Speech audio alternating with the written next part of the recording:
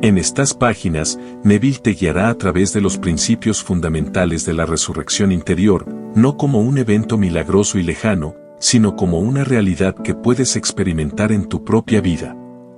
Descubrirás que la resurrección no se trata de un mero concepto teológico, sino de un proceso vivo y tangible a través del cual puedes liberar tu verdadero ser y acceder a una existencia llena de propósito, poder y plenitud. A medida que avances en esta lectura, Neville desmontará las nociones tradicionales sobre la resurrección y te mostrará cómo este fenómeno tiene su origen en la propia naturaleza de tu mente y conciencia. Aprenderás a despertar los poderes latentes dentro de ti y a resucitar tu ser más auténtico. Ya sea que te sientas atrapado en patrones autolimitantes o que anheles una transformación profunda, estas enseñanzas te brindarán las herramientas necesarias para morir simbólicamente a tus viejas formas de ser y renacer a una existencia más plena y liberadora. Prepárate para recibir una visión reveladora de la resurrección como un proceso interior que te permitirá resucitar en los dominios más elevados de tu ser y expresar todo tu potencial divino. Sumérgete en las páginas de resurrección y déjate guiar por la voz inspiradora de Neville Goddard. Porque la resurrección que él te presenta no es un evento lejano, sino una realidad viva y accesible que puede transformar tu vida en el aquí y ahora. Resurrección, una confesión de fe. Neville Goddard. 1966. Después que Juan había sido encarcelado, Jesús vino a Galilea proclamando el Evangelio de Dios, y diciendo, el tiempo se ha cumplido y el reino de Dios se ha acercado, arrepentíos y creed en el Evangelio. Y cuando comenzó su ministerio, Jesús mismo tenía unos 30 años, siendo, como se suponía, hijo de José. El suelo de los siglos había sido arado y rastreado para el Evangelio de Dios. Y los hombres comenzaron a experimentar el plan de salvación de Dios. Los autores de los Evangelios son anónimos, y todo lo que podemos realmente saber acerca de ellos debe ser derivado de nuestra propia experiencia de las Escrituras. Su autoridad no estaba en las Escrituras como un código escrito muerto, sino como su propia experiencia de la Escritura. Su Evangelio no era una nueva religión, sino el cumplimiento de uno tan antiguo como la fe de Abraham. Y la Escritura, previendo que Dios justificaría por la fe a los paganos, predicó de antemano las buenas nuevas a Abraham. Y Abraham creyó a Dios y vivió en acuerdo con el avance de la historia de la salvación que Dios le concedió. Los autores desconocidos del Evangelio enfatizan el cumplimiento de las Escrituras en la vida de Jesucristo. Cristo en nosotros cumple la Escritura. Ustedes no se dan cuenta de que Jesucristo está en vosotros. Con Cristo he sido crucificado, y ya no soy yo el que vive, sino que Cristo vive en mí. Porque somos sepultados juntamente con Él para muerte por el bautismo, a fin de que como Cristo resucitó de los muertos por la gloria del Padre, así también nosotros andemos en vida nueva. La repetición en nosotros, a través de su morada, se ha expresado por Johannes Schaffer, un místico del siglo XVII. Aunque Cristo 1000 veces en Belén nace, si Él no nace en ti tu alma está todavía desamparada. Edward Thomas y él les dijo, oh insensatos, y tardos de corazón para creer todo lo que los profetas han dicho. ¿No era necesario que el Cristo padeciera todas estas cosas y entrara así en su gloria? Y comenzando por Moisés y todos los profetas, les explico lo referente a él en todas las Escrituras, todo lo escrito sobre mí en la ley de Moisés, los profetas y los salmos debe cumplirse. Entonces les abrió el entendimiento para que comprendieran las Escrituras. Y leían del libro, de la ley de Dios, con la interpretación, y ponían el sentido, de modo que las personas entendieran la lectura. El Antiguo Testamento es un modelo profético de la vida de Jesucristo. El Evangelio de Dios es la revelación del futuro concedido a Abraham. Abraham se regocijó esperando ver mi día, y lo vio y se alegró. Se trata del Cristo resucitado. La participación en la vida del siglo venidero depende acto de Dios de resucitar a los muertos. La resurrección de Jesucristo es la victoria de Dios. Ese hemos de ser unidos con Él en su resurrección es la promesa de la victoria de Dios para todos. Pero antes del día de la victoria, el hombre debe ser refinado en el horno de la aflicción. Yo te he probado en el horno de la aflicción. Por mi propio bien lo hago, pues ¿cómo puede ser mi nombre profanado? Mi gloria, pues, no la daré a otro. Toma el horno de la aflicción para conformarnos a la imagen de su Hijo, y por lo tanto a la imagen del Padre, porque el Padre y el Hijo son uno. Luego vinieron a él todos sus hermanos y hermanas y todos los que lo habían conocido antes, y lo consolaron por todo el mal que el Señor había traído sobre él. Y el Señor bendijo los últimos días de Job más que los primeros. La historia de Job es la historia del hombre, la víctima inocente de un experimento cruel por parte de Dios. Y dijo Dios, hagamos al hombre a nuestra imagen. Aún así, considero que los sufrimientos de este tiempo no son dignos de ser comparados con la gloria que nos ha de ser revelada y que la gloria es nada menos que la revelación de Dios Padre en nosotros, como nosotros. Nada puede tomar el lugar de testimonio personal al plan de salvación de Dios. El plan del misterio es inherente a la creación. Que es tan proféticamente hablado al mundo en el Antiguo Testamento se realiza en la propia personalidad. Todo me fue predicho, pero nada podía yo prever, pero aprendí quién Cristo Jesús realmente es, después de que la historia se escenifica en mí. El hombre que ha experimentado la Escritura no puede escapar a la responsabilidad de decirle el significado a sus semejantes. Los escritores desconocidos del Evangelio de Dios no estaban describiendo situaciones y acontecimientos del pasado como historiadores. Su historia sobre Jesucristo es su propia experiencia del plan de redención de Dios, como hombres que habían experimentado la redención por sí mismos. Ellos relataron sus propias experiencias. Son testigos de primer orden testificando la verdad de la palabra de Dios, no dudando en interpretar el Antiguo Testamento de acuerdo a sus propias experiencias sobrenaturales. Habiendo experimentado la historia de la salvación, puedo añadir mi testimonio al de ellos y decir que todo está hecho, como ellos lo dijeron. Sus experiencias, por lo tanto, atestiguaron, confrontaron a los hombres con la responsabilidad de aceptar o rechazar su interpretación del Antiguo Testamento. Su testimonio debe ser oído y respondido. Hay que experimentar las Escrituras por uno mismo antes de que pueda comenzar a entender lo maravilloso que es. Ellos no dan cuenta de la apariencia personal de Jesús, porque cuando la historia de la salvación se vuelve a crear en el hombre sabrá que yo soy.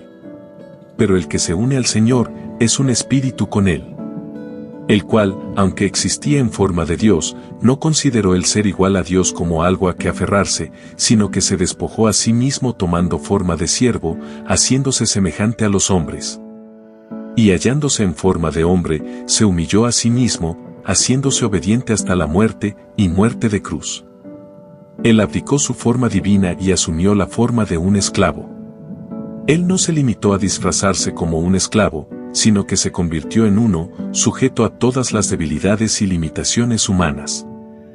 Dios que entró por la puerta de la muerte, el cráneo humano, el Gólgota, ahora es el Salvador del mundo. Dios es nuestra salvación. Nuestro Dios es un Dios de salvación, y a Dios, el Señor, pertenece el escape a la muerte.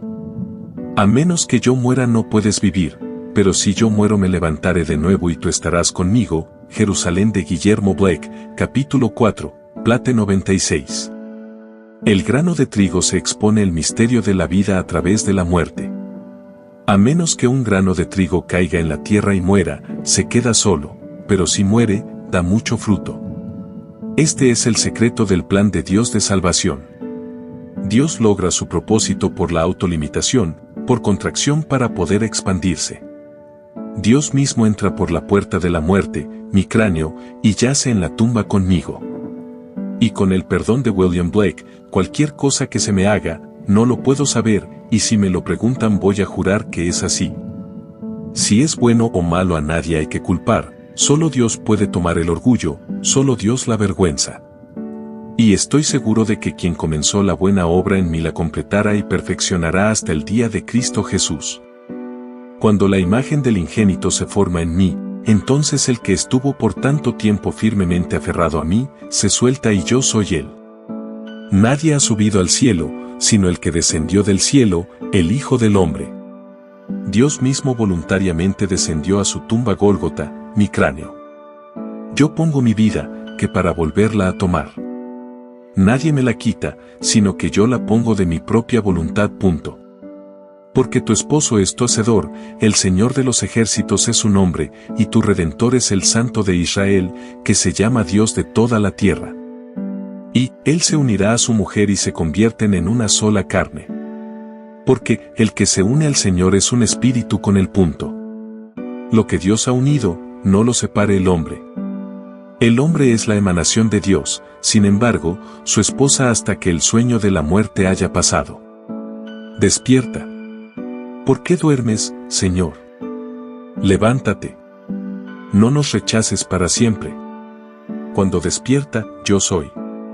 Dios se recostó conmigo para dormir, y mientras dormía soñó un sueño, soñó que Él es yo y cuando se despierta yo soy. ¿Pero cómo sé que yo soy? A través de la revelación de su Hijo David, quien en el Espíritu me llama Padre. Yo soy el camino, y la verdad, y la vida, nadie viene al Padre, sino por mí. El que me ha visto al Padre. Unión con el Cristo resucitado es el único camino al Padre. Porque Cristo y el Padre son uno. El camino conduce a través de la muerte a la vida eterna. La búsqueda de Cristo, como la autoridad en la que el hombre puede confiar, que puede respetar, a la que se puede remitir es su anhelo por el Padre que vive en él, el mismo Padre quien el Cristo del Evangelio dice ser. El Cristo del Evangelio es el Padre eterno en el hombre. Este anhelo por el Padre es el grito del hombre que termina el Nuevo Testamento. Ven, Señor Jesús. ¿Te das cuenta de que Jesucristo está en vosotros? Y en él toda la plenitud de la divinidad corporalmente, no en sentido figurado, pero realmente en un cuerpo. Este es el misterio escondido por siglos y generaciones que es Cristo en vosotros, la esperanza de gloria. El conocimiento imperfecto de Jesús ha cegado al hombre a la verdadera naturaleza del Padre. El Señor Jesús es Dios Padre, que se hizo hombre para que el hombre se convierta en el Señor Jesús, el Padre. Las investigaciones de los historiadores no pueden descifrar quién es el Padre. Nadie puede decir, Jesús es el Señor, excepto por el Espíritu Santo. La meta del hombre es encontrar el Padre, pero Dios Padre se da a conocer solo a través de su Hijo. Nadie conoce al Hijo excepto el Padre, y nadie conoce al Padre sino el Hijo y aquel a quien el Hijo se lo quiera revelar. Solamente el Padre y el Hijo se conocen entre sí. No llames Padre a ningún hombre en la tierra, pues tú tienes un Padre, que está en los cielos y el cielo está dentro de ustedes. Y David dijo, le diré del decreto del Señor, él me dijo, tú eres mi Hijo, hoy yo te he engendrado. La filiación divina de David es única, el único de su tipo y totalmente sobrenatural. Él nació, no de la sangre, ni de voluntad de carne, ni de voluntad de varón, sino de Dios. El Padre será encontrado por el hombre solo en primera persona del singular, experiencia en tiempo presente cuando David en el Espíritu le llama Padre, es decir, mi Señor. Jesús les hizo una pregunta, diciendo, ¿qué opinas del Cristo? ¿De quién es hijo? Ellos le dijeron, el hijo de David. Él les dijo, ¿cómo es entonces que David, en el Espíritu, le llama Señor? Por tanto, si David le llama Señor, ¿cómo es su hijo? En el pensamiento hebreo, la historia se compone de todas las generaciones de hombres y sus experiencias fusionadas en un gran todo y este tiempo concentrado, en que todas las generaciones se fusionan y de las que surgen, se llama eternidad. La Escritura establece que, Dios ha puesto la eternidad en la mente del hombre, sin embargo, no para que el hombre pueda descubrir lo que Dios ha hecho desde el principio hasta el final. La palabra hebrea para eternidad también significa juventud, mozalbete, hombre joven. Saúl vio a David y le dijo a Abner de quién es hijo ese joven. ¿Pregunta de quién es hijo ese joven? Luego, volviéndose a David, dijo, ¿de quién eres hijo tú, joven? Y David respondió yo soy hijo de tu siervo Isaí el betemite. ¿De quién eres hijo? Nota en todos los pasajes, la investigación no es el hijo, sino sobre su padre. El Padre dado a conocer por David es el eternamente verdadero Padre. Está en nosotros como personas que Dios Padre se revela. David dijo, yo soy el hijo de Yese. Yese es cualquier forma del verbo ser. La respuesta de David fue yo soy el hijo de aquel cuyo nombre es yo soy. Yo soy el hijo del Señor. Uno de los nombres de Dios es el nombre que le dio a Moisés. Decid al pueblo de Israel, yo soy me ha enviado a vosotros. Él es el eterno yo soy. Primera autorrevelación de Dios como Dios Todopoderoso. Su segunda autorrevelación es el eterno yo soy. Su última revelación de sí mismo es como el Padre. Solo el Hijo puede revelar a Dios como Padre. Nadie, es decir, ningún ojo humano, ha visto jamás a Dios, el único Hijo, que está en el seno del Padre, Él ha dado a conocer. Es el mismo Dios, el eterno yo soy, y su Hijo unigénito, la eterna juventud, David, que entró en la mente del hombre. Al final de su viaje a través de los fuegos de la aflicción en esta era de la muerte eterna, el hombre encontrará a David y exclamará he hallado a David. Él clamará a mí, tú eres mi Padre, mi Dios, y la roca de mi salvación. No me autorrevelé a mí mismo directamente como Dios o como Jesucristo, sino por implicación en paralelo con la Escritura, cuando David en el Espíritu me llama Padre. Y esta sabiduría desde dentro es sin incertidumbre. Cuando agradó a Dios revelar a su Hijo en mí, no consulté con carne o sangre.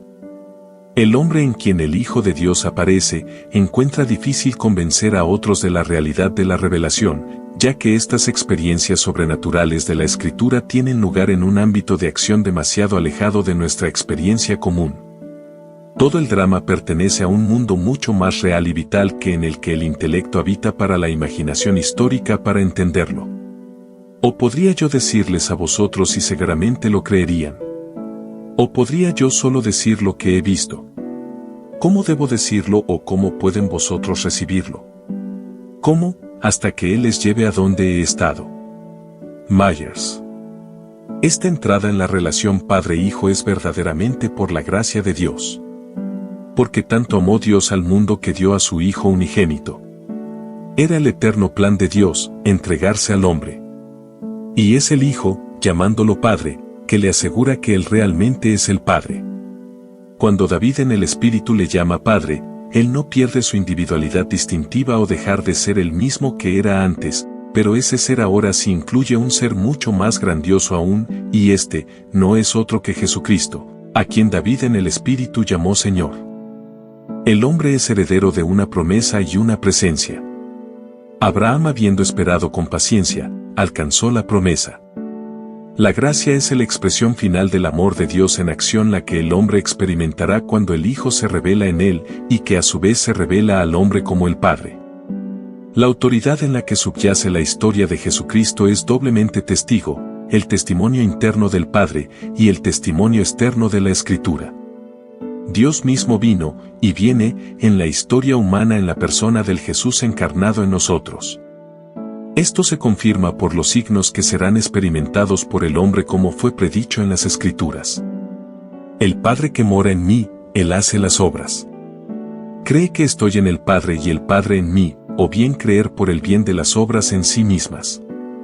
En verdad os digo, que quien cree en mí, también hará las obras que yo hago, y aún mayores que éstas hará, porque yo voy al Padre.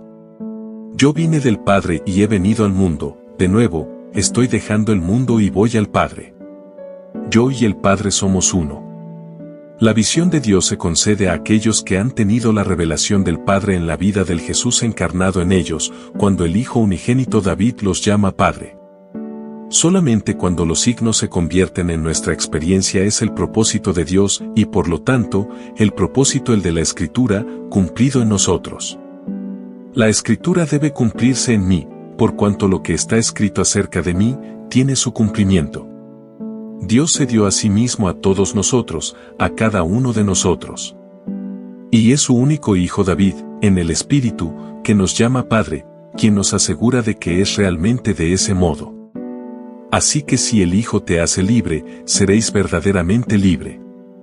Y mientras David volvía de la masacre del Filisteo, con la cabeza del Filisteo en su mano, Saúl le dijo, ¿de quién eres hijo, joven? Puesto que no conocía al padre de David, a quien él había prometido liberar en Israel. El rey había prometido liberar al padre del hombre que destruyó al enemigo de Israel. No debemos ignorar el carácter muy personal y sobrenatural del plan de salvación de Dios. El cumplimiento del plan se lleva a cabo en el hombre, es inaugurado por el evento llamado su resurrección de entre los muertos.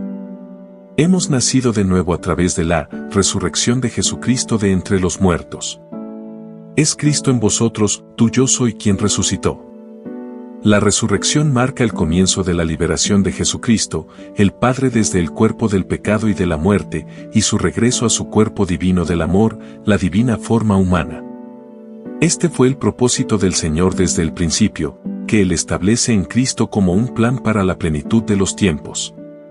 El Señor de los ejércitos ha jurado, como lo he planeado, y así será, y como lo he determinado, por lo que deberá reposar. Vive y actúa en la seguridad de que Dios ha traído su plan para su cumplimiento y continúa haciéndolo. Dios mismo vino, y viene, a la historia de la humanidad en la persona de Jesucristo en ti, en mí, en todo. Dios se despertó en los autores anónimos de los evangelios y continúa despertando en el hombre individual. Cree su testimonio, no busques nuevas formas de acceso a un objetivo ya alcanzado. Tal vez la mejor descripción de los escritores desconocidos del Evangelio de Dios se da en las palabras, lo que hemos oído, lo que hemos visto con nuestros ojos, lo que hemos contemplado, y palparon nuestras manos, de la palabra de vida. Lo que hemos visto y oído, eso os anunciamos. La fe no es completa hasta que se ha convertido en experiencia. Es esencial que aquellos cuyos ojos han visto y cuyas manos han palpado la palabra de vida, sean enviados y sean conscientes de sí mismos como enviados, para declararlo al mundo. Es el Cristo resucitado, el hombre nacido 2 veces, que dice, toma mi yugo sobre ti y aprende de mí, y hallaréis descanso para vuestras almas. Él ofrece su conocimiento de las Escrituras sobre la base de su propia experiencia, por la de otros basados en la especulación. Aceptar su oferta. Y te alejará de perder tu camino entre las especulaciones enredadas que pasan verdad religiosa. Y le mostrará el único camino al Padre. El hombre que es enviado a predicar el Evangelio de Dios es llamado primero, y llevado en el Espíritu a la asamblea divina donde los dioses hacen justicia. Dios toma su lugar en el consejo divino, en medio de los dioses Él hace justicia. La palabra hebrea Elohim es plural, una unidad compuesta, una palabra hecha de otras. En esta frase se traduce como Dios y dioses. El hombre que es llamado es llevado delante de Elohim, el Cristo resucitado. Se le pide que nombre el cosa más grande en el mundo, él responde con las palabras de Pablo, la fe, la esperanza, y el amor, estas 3, pero la más grande es el amor. En ese momento, Dios lo abraza, y se fusionan y se convierten en uno. Por cuanto el que es unido al Señor se vuelve un solo espíritu con Él. Por lo que son ya no son 2, sino uno solo. Lo que Dios ha unido, que ningún hombre lo separe. Los hombres son llamados uno por uno para unirse en un solo hombre, que es Dios. El Señor trillará el grano, y ustedes serán reunidos uno a uno, hijos de Israel. Esta unión con Cristo resucitado es el bautismo con el Espíritu Santo. De su bautismo con el Espíritu Santo a su resurrección, caen los días de la Mesías, Talmud de Babilonia, Sanedrín 98, un periodo de 30 años. Durante este periodo, Él está tan abrumadoramente enamorado de su misión, como mensajero y predicador del Evangelio de Dios, un Evangelio que ha dejado tal restricción sobre el que Él no puede hacer otra cosa. Y siente que si anuncio el Evangelio, esto no me da ningún motivo para jactarme. Por necesidad me es impuesta. Ay de mí si no predicara el Evangelio. Una compulsión divina, tal como la tuvo Jeremías, que dijo, si yo digo, yo no lo mencionaré, ni hablaré más en su nombre, está en mi corazón como si fuese un fuego ardiente metido en mis huesos, y estoy cansado de sostenerlo dentro, y yo no puedo. El final de este periodo de 30 años llega con tan dramática rapidez que no tiene tiempo para observar su llegada. Jesús, cuando comenzó su ministerio, tenía unos 30 años de edad. Ahora la historia de Jesús Cristo se desarrolla en una serie de experiencias de lo más personales, en primera persona y tiempo presente. Toda la serie de eventos lleva 3 años y medio. Comienza con su resurrección y su nacimiento desde arriba. Los muertos escucharon la voz del niño, y comenzaron a despertar de su sueño, todas las cosas oyeron la voz del niño, y comenzaron a despertar a la vida. William Blake mientras dormía en su cama y soñaba con una sociedad redimida llena de niños y niñas jugando en las calles, una intensa vibración centrada en la base de su cráneo le despierta, oh durmiente, y levántate de entre los muertos, y Cristo te alumbrará. Mientras se levanta, él se da cuenta que no está en el cuarto donde se quedó dormido, pero en su propio cráneo, Gólgota. Su cráneo es una tumba completamente sellada. Él no sabe cómo llegó allí, pero su único y ardiente deseo es salir. Él empuja la base del cráneo, y algo rueda lejos dejando una pequeña apertura. Él empuja su cabeza a través de la apertura y se empuja a sí mismo hacia afuera pulgada a pulgada, de la misma manera que un niño nace del vientre de su madre. Él ve su cuerpo afuera de donde acaba de salir. Está pálido y acostado sobre su espalda y moviendo su cabeza de lado a lado como recuperándose de una gran prueba. Van a estar tristes, pero vuestra tristeza se convertirá en alegría. Cuando una mujer está en parto, siente dolor, porque ha llegado su hora, pero cuando ha dado a luz al niño, ya no se acuerda de la angustia que sintió, por el gozo del niño que ha nacido al mundo. Porque el bebé nace en la alegría y fue engendrado en la aflicción extrema, tal como cosechamos la fruta con alegría la que en amargas lágrimas sembramos. William Blake, no te maravilles de que te dije, os es necesario nacer de nuevo. Mas la Jerusalén de arriba, la cual es madre de todos nosotros, es libre. El cráneo que fue su tumba se convirtió en el vientre del que nace nuevamente. La vibración dentro de su cráneo que lo despertó de su sueño, ahora parece ser que viene de fuera, suena como un gran viento. Gira la cabeza en la dirección en la que parece que viene el viento. Mirando hacia atrás a donde estaba su cuerpo, él se sorprende al descubrir que ya no está, pero en su lugar encuentra a 3 hombres. Esta experiencia que él enfrenta será el cumplimiento de la promesa hecha a Abraham. Y el Señor se le apareció. Él alzó sus ojos y miró, y he aquí que vio a 3 varones que estaban delante de él. Y ellos le dijeron, ¿dónde está Sara, tu esposa? Y él dijo, ella está en la tienda. Él dijo, sin duda volveré a ti de acuerdo al momento de tu vida, y Sara tu mujer tendrá un hijo. Abraham llamó a su hijo Isaac. Los 3 hombres aparecieron de repente, no se les había visto acercarse. Abraham no se da cuenta en el momento, la importancia de este evento. Son hombres comunes que han llegado por casualidad a su camino. Ellos también son perturbados por el viento. El más joven de los 3 es el más perturbado y va a investigar el origen de la perturbación. Su atención es atraída por un bebé envuelto en pañales acostado en el piso. Toma al niño en sus brazos y proclamando que es el bebé del hombre resucitado, lo pone sobre la cama. El hombre entonces levanta al niño en sus brazos y dice, ¿cómo está mi corazón? El niño sonríe y el primer acto llega a su fin. Y en esa región había pastores en el campo. Y un ángel del Señor se apareció a ellos.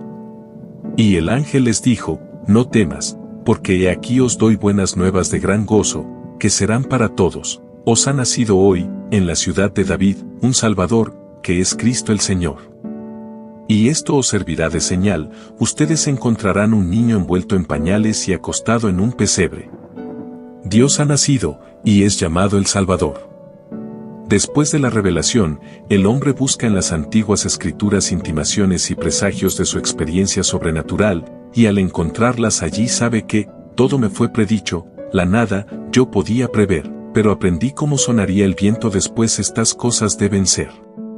Edward Thomas. La naturaleza impredecible del viento ilustra la espontaneidad del nacimiento divino todo lo más fácilmente posible ya que tanto en griego y en hebreo la palabra se utiliza tanto para el viento y el espíritu.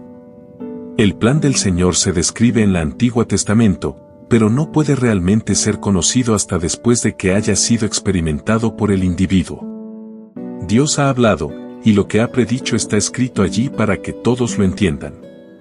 Pero su profecía aparece con una luz muy diferente en perspectiva de lo que se ve en retrospectiva. Cada uno sabrá que Jesucristo es el Padre a la luz de su propia la experiencia del misterio cristiano. En estos últimos tiempos nos ha hablado por su Hijo, a quien constituyó heredero de todo, y por quien asimismo hizo el universo. 5 meses después el hombre es resucitado y nace de lo alto, una vibración similar a la que inició el primer acto empieza en su cabeza. Esta vez está centrada en la parte superior de la cabeza. Incrementa en intensidad hasta que explota. Después de la explosión él se encuentra sentado en una habitación amueblada con modestia. Apoyado en un lado de una puerta abierta y mirando hacia afuera a una pastoral escena, es su hijo David de fama bíblica. Él es un joven en su adolescencia. David se dirige a él como mi padre. El hombre resucitado sabe que es el padre de David y David sabe que es su hijo. 2 hombres miran a David con lujuria y el padre les recuerda la victoria de su hijo sobre el gigante filisteo. Y mientras él está sentado allí y contemplando la sobrenatural belleza de su hijo, el segundo acto llega a su fin. Dios el Padre se dio a sí mismo al hombre, que el hombre se convertirá en Dios el Padre. Yo publicaré el decreto, Dios me ha dicho, tú eres mi hijo, hoy te he engendrado. El tercer acto se desarrolla 4 meses después de que la relación padre-hijo ha sido revelada. Es dramática de principio a fin. Un juego de relámpagos divide el cuerpo del hombre resucitado desde la parte superior de su cráneo a la base de su columna vertebral. Ahora el camino nuevo y vivo es abierto para él a través de la cortina, es decir, a través de su cuerpo. La revelación es siempre en términos personales, y los agentes humanos de la revelación de Dios nunca se suprimen al nivel de lo impersonal. En consecuencia, cuando Él vino al mundo, Él dijo, sacrificios y ofrendas tú no has deseado, pero un cuerpo tú has preparado para mí, en holocaustos y sacrificios por el pecado no has sentido ningún placer. Entonces dije, he aquí, he venido a hacer tu voluntad, oh Dios, como está escrito sobre mí en el rollo del libro. La voluntad de Dios está hecha. Dios debe salvar y solo Dios. En la base de su columna vertebral, él ve un charco de luz líquida dorada y sabe que es él mismo. Él ahora tiene confianza para entrar al santuario por la sangre de Jesús, por el nuevo y vivo camino el cual Él abrió para nosotros a través de la cortina, que es a través de su carne. Mientras Él contempla el charco de luz líquida dorada, la sangre de Dios, el agua viva y se fusiona con ella, y sabe que es Él mismo, su divino Creador y Redentor. Ahora como un rayo de espiral asciende por su columna entrando al santuario celestial de su cráneo violentamente. Su cabeza resuena como un trueno. Y como Moisés levantó la serpiente en el desierto, así es necesario que el Hijo del Hombre sea levantado. Desde los días de Juan el Bautista hasta ahora, el reino de los cielos ha estado viniendo con violencia, y los violentos lo toman por la fuerza. Para estos hombres la nueva era ha llegado. 2 años y 9 meses más tarde, el cumplimiento de los 3 años y medio del ministerio de Jesús, el cuarto y último acto del drama de la salvación llega a su punto culminante. Y el Espíritu Santo descendió sobre él en forma de cuerpo, como una paloma, y vino una voz del cielo, tú eres mi Hijo amado, contigo me complazco. La cabeza del que resucitó de repente se vuelve translúcida. Al pasar por encima de él, como si flotase, una paloma con los ojos enfocados amorosamente sobre él, desciende sobre su mano extendida, él la atrae hacia su rostro, y la paloma le acaricia con amor, besando su rostro, la cabeza y el cuello. Una mujer, hija de la voz de Dios le dice, Él te ama y el drama de la salvación llega a su fin en él. Ahora es un hijo de Dios, un hijo de la resurrección. Él no puede morir nunca más, porque Él es un hijo de Dios, que es un hijo de la resurrección. Yo y el Padre somos uno. Yo soy la raíz y el linaje de David. Él es el Padre de la humanidad y su descendencia. Al convertirse en hombre, el límite de contracción y opacidad, Él rompe la cáscara y expandiendo en translucidez logra su propósito. Él ha encontrado a aquel de quien escribió Moisés en la ley y los profetas escribieron. Los autores anónimos del Evangelio de Dios son hombres nacidos 2 veces, hijos de Dios, hijos de la resurrección, que no pueden volver a morir, después de haber escapado del cuerpo del pecado y de la muerte. El Evangelio es la historia del plan de salvación de Dios. Será útil a todos los lectores de la palabra de Dios, para poner fin a esta confesión de fe con una cita de William Blake. Se debe entender que las personas, Moisés y Abraham, no están aquí porque sí, pero los estados significados por esos nombres, los individuos siendo representantes o visiones de estos estados, como fueron revelados al hombre mortal en la serie de revelaciones divinas así como están escritas en la Biblia, estos diversos estados que he visto en mi imaginación, cuando distantes parecen un solo hombre, pero al acercarte parecen multitud de las naciones. No hay una historia secular en la Biblia. La Biblia es la historia de la salvación y es totalmente sobrenatural.